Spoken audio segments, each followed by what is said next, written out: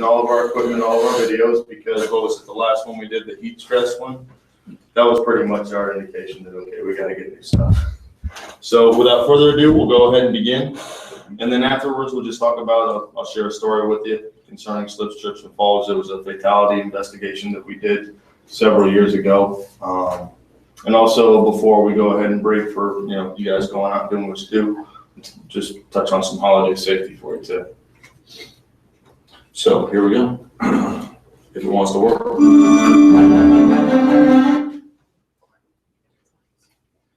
How's the volume for that? Just let me know. With that microphone, that'd be good.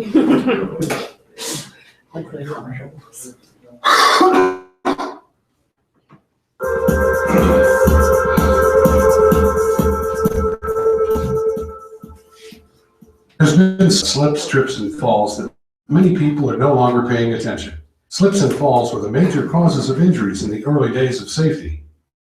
They're deliberately pushed downstairs. There have been a wide range of accidents in the workplace from every conceivable cause, even including running into doors or doors running into people. Jumping from elevated surfaces has caused quite a few injuries.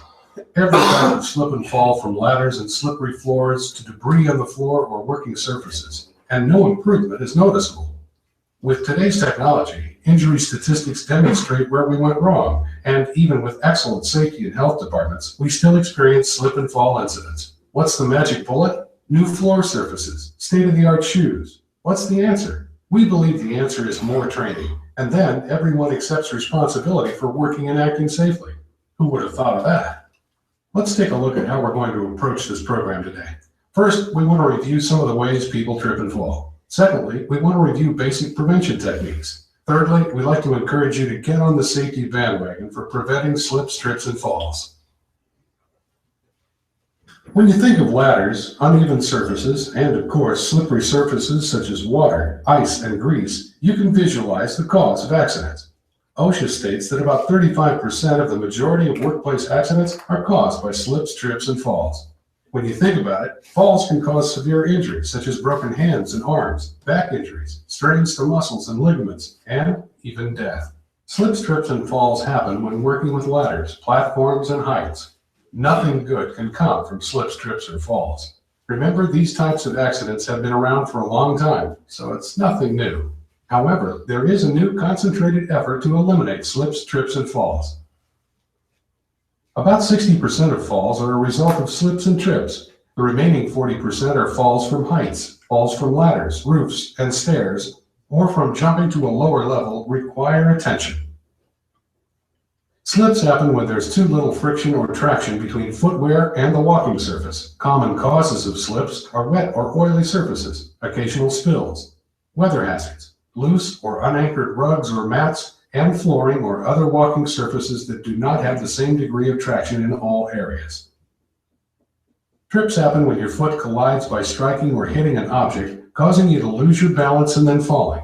Common causes of trips are obstructed view, poor lighting, clutter in your way, wrinkled carpeting, uncovered cables, bottom drawers not being closed, uneven steps, and walking surfaces. A trip occurs when a person's foot comes in contact with an object that's in their way or drops to a lower level unexpectedly, causing them to be thrown off balance. A slip occurs when there is too little traction or friction between the shoe and walking surface. A fall occurs when you're too far off balance. Both slips and trips result from some kind of unintended or unexpected change in the contact between the feet and the ground or walking surface. This shows that good housekeeping, quality of walking surfaces or flooring, selection of proper footwear, and appropriate pace of walking are critical for preventing fall accidents. Reduce trips by always using installed light sources that provide sufficient light for your task. Using a flashlight if you enter a dark room where there's no light. Ensuring that things you're carrying or pushing do not prevent you from seeing any obstructions or spills, etc. The first and most important level of preventing falls due to slips and trips is good housekeeping, which include clean all spills immediately, mark spills in wet areas, mop or sweep debris from floors, remove obstacles from walkways and keep free of clutter, securing mats, rugs, and carpets that don't lay flat. Always close file cabinet and storage drawers. Cover cables that cross walkways. Keep work areas and walkways well lit. Replace used light bulbs and faulty switches. Without good housekeeping practices, any other preventive measures such as installation of special flooring, appropriate footwear, or training in walking and safe falling will never be fully effective. In workplaces where floors may be oily, wet, or if workers spend considerable time outdoors, prevention of fall accidents should focus on selecting proper footwear. Since there's no footwear with anti-slip properties, consulting a shoe manufacturer is highly recommended. Proper fitting footwear increases comfort and prevents fatigue, which can improve safety for the employee.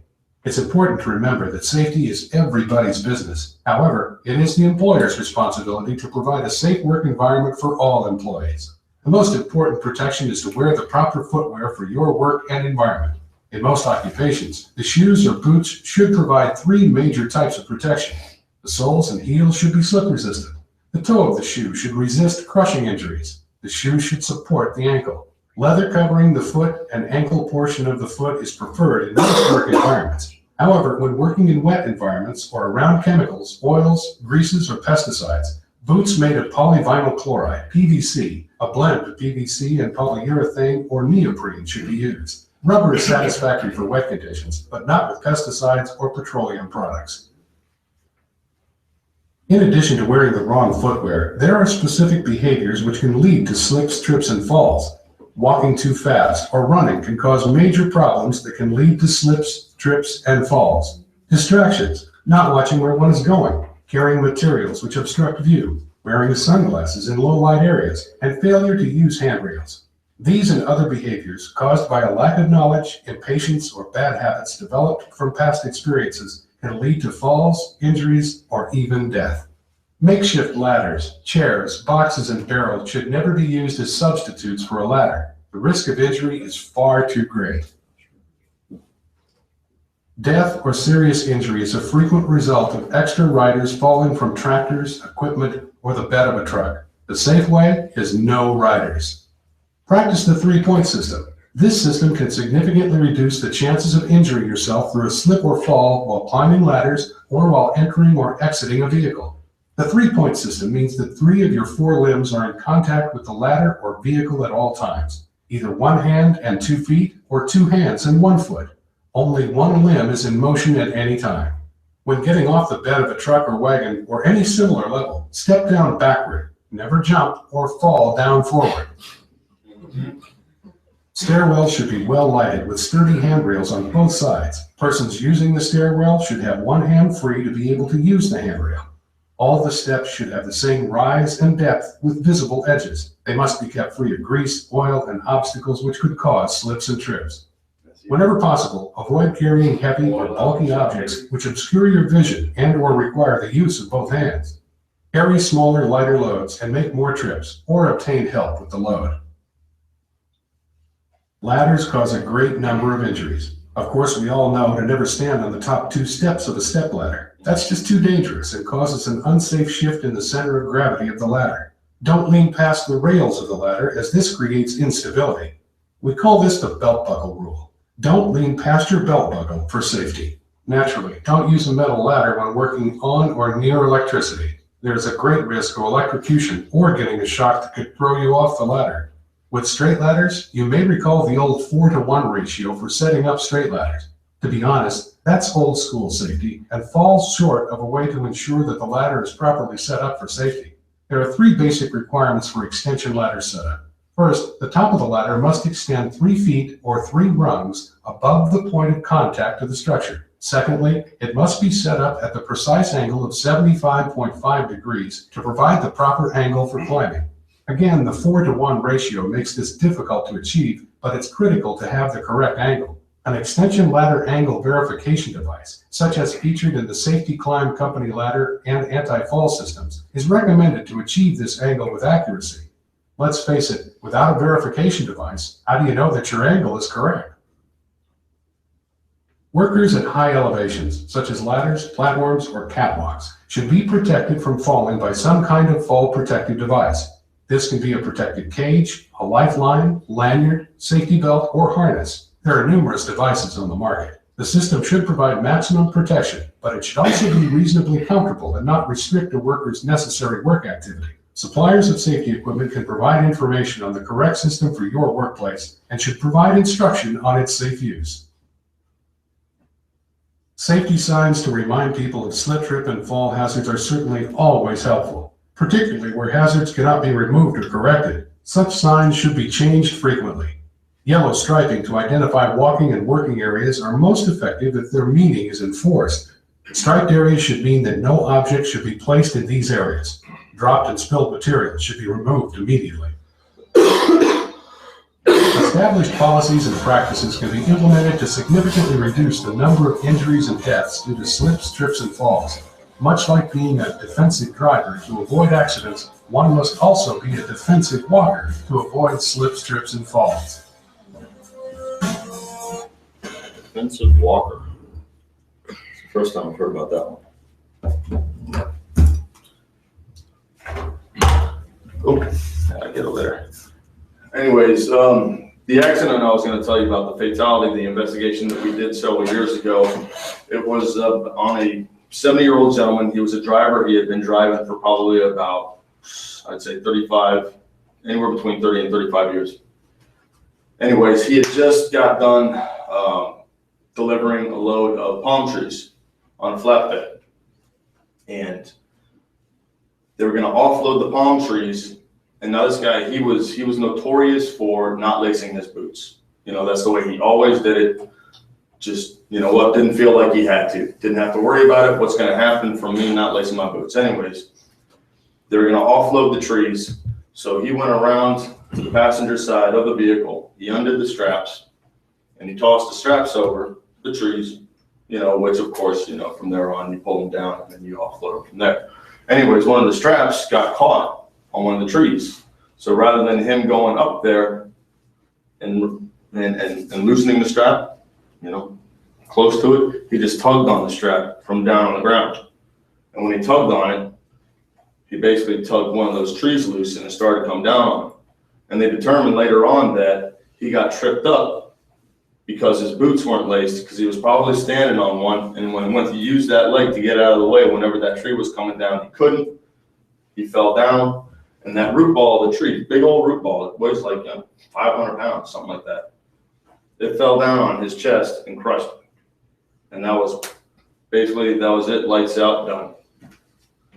The superintendent, this happened 50 feet, well, probably about 50 yards away from the project main office. Once the superintendent, he heard about it, he came running out there. He started to give the guy CPR, doing chest compressions, but he said it was just mush. There was nothing there. Couldn't feel no ribs, couldn't feel no rib cage, nothing. It was just like the guy was done. And this was something that the guy had been doing, you know, he'd been driving for 30, 35 plus years. And it only took that one time to take him out of commission because he refused to lace up his boots whenever he was working. And that's just one thing, one scenario right there. I mean, that's directly related to slips, trips, and falls that you would never think of. You would think to yourself, okay, well, what's the worst that can happen from a slip, trip, and fall? Well, that's one of the worst things that can happen. You got to think about what you guys out there in the field are doing. You know, you're not always walking on flat, smooth surfaces. You know, your path that you're walking is not always unobstructed. So you think, what's the worst that can happen just from a trip and fall? Well, if you're carrying materials and you trip over a form board and you fall onto a form stake, like you guys were doing out there over at BMW, you had those form stakes all around you, no rebar caps on them. You know, you can slip and trip on a form and just fall right onto a piece of, you can just fall right onto a stake, poke you in the eye, poke you in the neck, who knows? Now, as far as proper footwear is concerned, you girls, you ladies, I'm sure you wear flat-soled shoes. Okay, you got a little bit of a heel there. All right, that's not too bad. There's this one girl I see all the time whenever I go and do a safety meeting over at their office, and she loves wearing these 4-inch heels. They look like stilettos, is what they call them. Anyways, I tell her all the time, listen, it's only a matter of time before you bust your butt with those things in here, because they've got steps all over the place. They've got things that it's not a dump or anything, it's just an old building, old Hope Sound building. So, you know, they have different levels that you have to step down into, step up into. And I'm telling her, anyways, you know, I think it was probably a year and a half ago, wearing them shoes, rolled that ankle, she went down. You know, she didn't hurt herself too badly other than a rolled ankle, but that's just something that can, you know, it's just another example of what can happen. So, flat-soled shoes, Lori, Jackie. That's pretty much everything I have to say on slip, trips, and falls as far as footwear is concerned. Just a quick word on holiday safety. There's going to be a lot of people out on the road nowadays. Everybody's going to be in a rush. Everybody's got someplace to be. So when you're driving, keep your heads on a swivel, drive defensively. You're going to have a lot of kids on vacation for Christmas vacation coming down from college. And you know how it is. Kids are always texting nowadays on the phone. Always. They're driving, they're texting. 16-year-old girls doing their lipstick, guys looking in the mirror doing their hair. So just be very defensive whenever you're driving. Also, if you're going to be hanging Christmas lights this year, you know, make sure you do it. Make sure you've got somebody in your house that can actually come out and check on you from time to time. Either somebody in your house, like your wife, girlfriend, or your neighbor or something like that. Because the last thing you want to do is be sitting there poking around on the roof or hanging up the lights from a ladder, fall off the ladder or fall off the roof, and then nobody's there to help you. So just keep that in mind. Whenever you're on a ladder, make sure that you don't extend your reach past your belt buckle, because that's where you can get off balance and they can end up falling.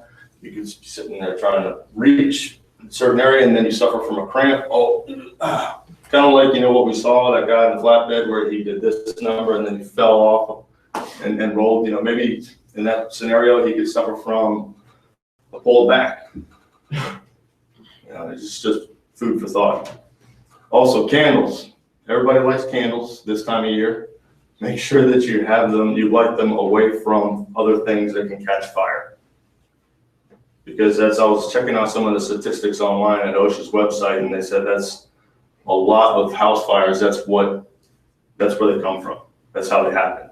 There's candles too close to like a curtain or too close to the tree. And before you know it, the tree goes up. So keep that in mind.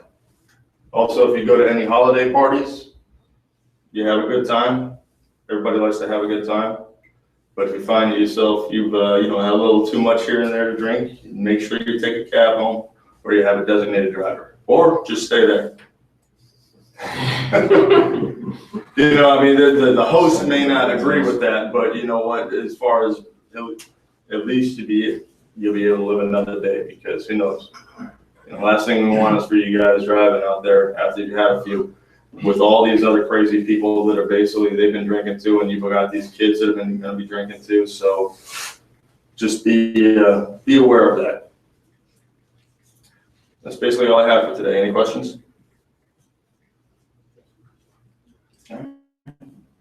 Thank you for your time.